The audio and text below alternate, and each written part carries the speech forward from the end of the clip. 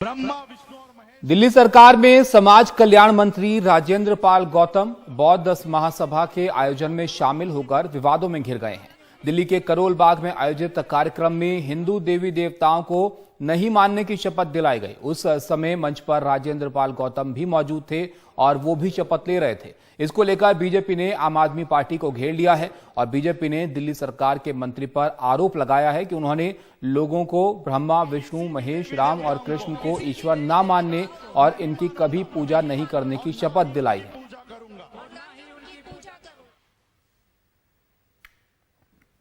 अरविंद केजरीवाल आपका ये मंत्री दंगा कराने की स्थिति में जा रहा है।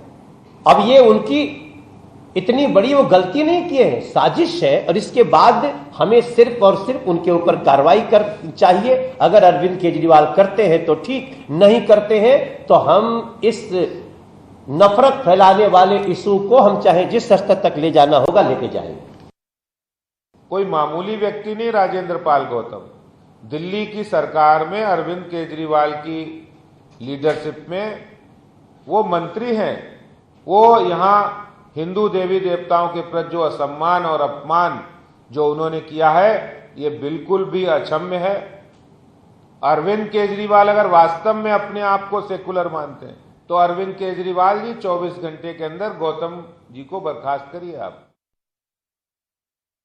तो आपने देखा इस कार्यक्रम में शामिल होने के बाद आम आदमी पार्टी के लिए एक तरह से मुश्किल उन्होंने खड़ी कर दी है। इस पर आप देखिए राजेंद्र पाल गौतम ने क्या कहा है।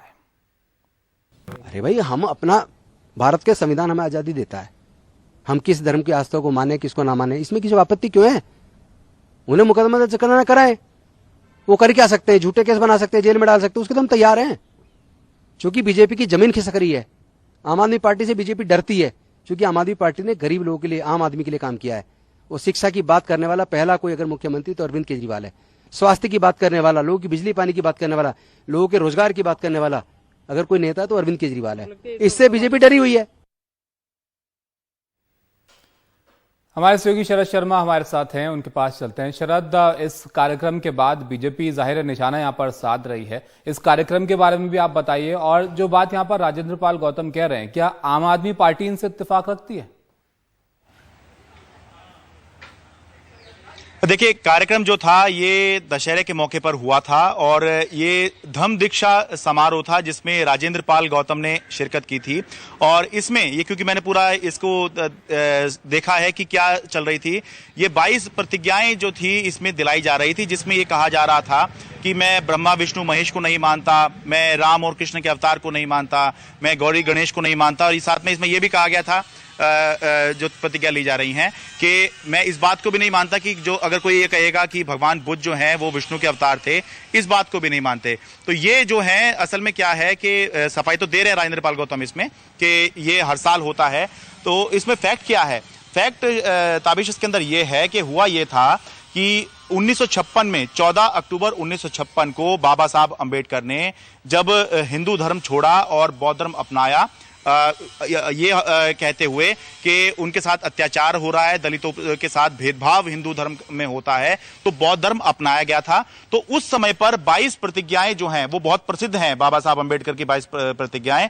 तो वो 22 प्रतिज्ञाएं जो हैं की गई थी और इस समारोह के अंदर जो है वही 22 प्रतिज्ञाएं जो हैं करवाई जा रही थी। राजेंद्र पाल गौतम का यह भी कहना है कि ये प्रतिज्ञा और कोई नहीं बल्कि बाबा साहब के प्रपौत्र राजरत्न अंबेडकर ये जो प्रतिज्ञाएं हैं ये लोगों से करवा रहे थे। इस कार्यक्रम के अंदर जो नए लोग थे, जो बौद्ध धर्म को अपना रहे थे, वो भी थे और पुराने वाले भी थे।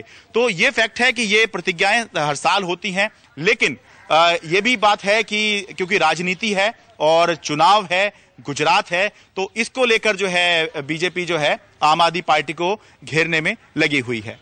शुक्रिया शरद आपका सब जानकारी के लिए।